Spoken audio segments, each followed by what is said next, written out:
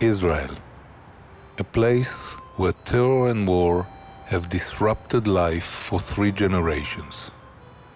It's not always visible, but post-traumatic stress is everywhere. Thousands are left without a connection to adequate care, leading to a normal life. During my career as a physician here in Sheba for many years, I met and I got close to many youngsters that were injured during wars or terrible accidents, and I escorted them through part of the treatment.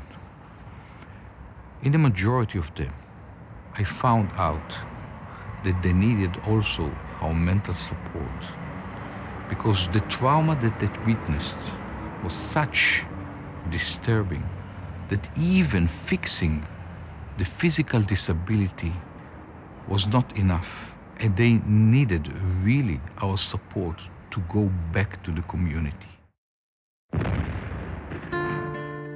On Yom Kippur in 1973, Israel was ravaged by a violent surprise. No one was prepared either for the attack or for the thousands of lives left stranded by PTSD after the war. Yair survived a devastating attack to his tank unit.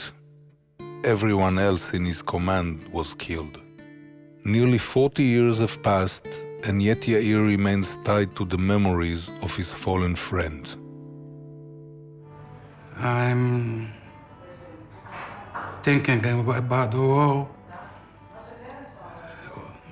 In the nights, I can't sleep.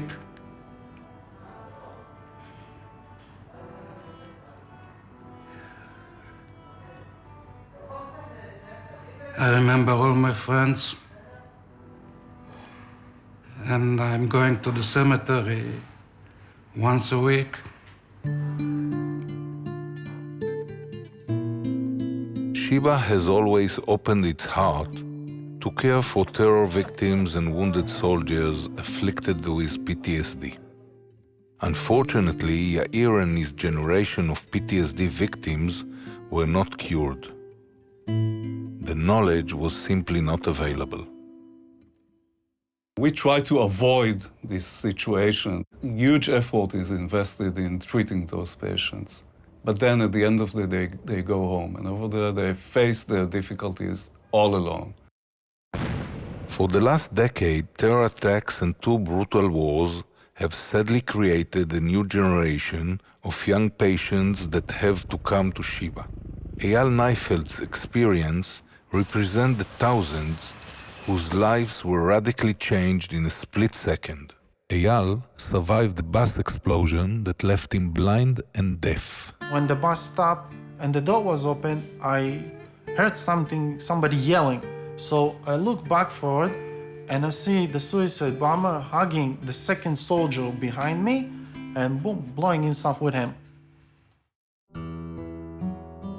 Young victims of war or terror face not only the tragedy of a broken body, but loss of their youthful expectations. Treating their state of mind is the greater challenge. The minute he entered his parents' house, he actually moved into his room, closed the door, shuttered all the windows, sat in the dark. He became more angry. He sometimes even threw things at the door. So everybody gave up, and he was totally isolated. But there is hope, as Sheba has developed treatments to rehabilitate the body and the mind as one. We now can put victims of PTSD on a path back to society to live a productive, full life. Tzachi Langer today is a successful businessman, but he is also a PTSD victim who with great effort finally can lead a productive, full life. We saw the airplanes, the Egyptian airplanes, attacking us, and there were 44 tanks. We stayed 3 tanks. One of the tanks was mine. When I finish work, I go home. Sometimes I have 3 great kids and a family that supports me. But at night, during the night, I don't sleep. I see flashbacks. I see blood on top of me. A few times I saw blood on me and I felt blood and I went to the shower to clean it.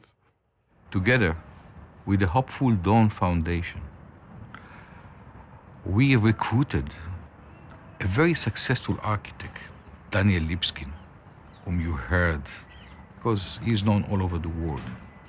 And we fantasized together a new, modern facility.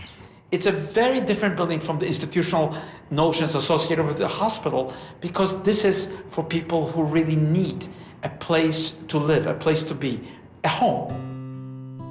The Sheba PTSD Institute is the world's first organization dedicated entirely to the science of treating PTSD. It serves as a research institute, a global resource for information about treatments, and as a home where PTSD victims are nurtured on their path back to life.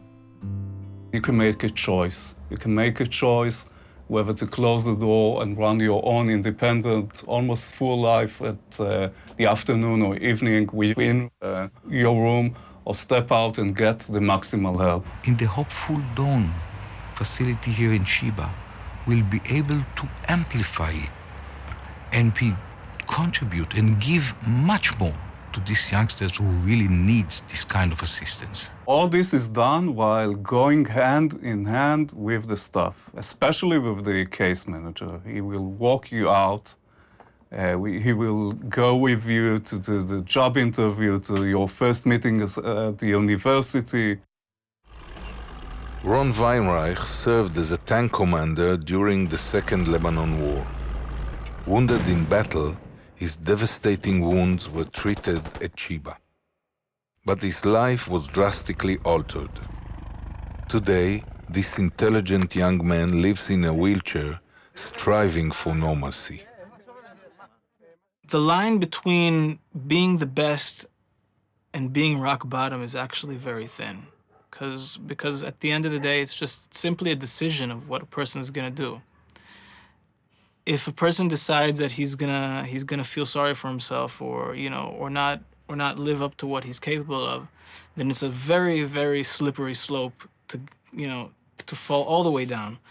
On the other hand, if somebody has a mentor of some kind that can motivate him to go on the other side of the line and really try hard and climb his way up, then it's looking at life from a high point, which is the best. This innovative approach to this kind of patient, no doubt that are going to be copied to the rest of the world. Over the past 40 years, progress was made. Unfortunately, there are still thousands in Israel and millions around the world waiting for a better life. Today we know a more optimistic future is possible.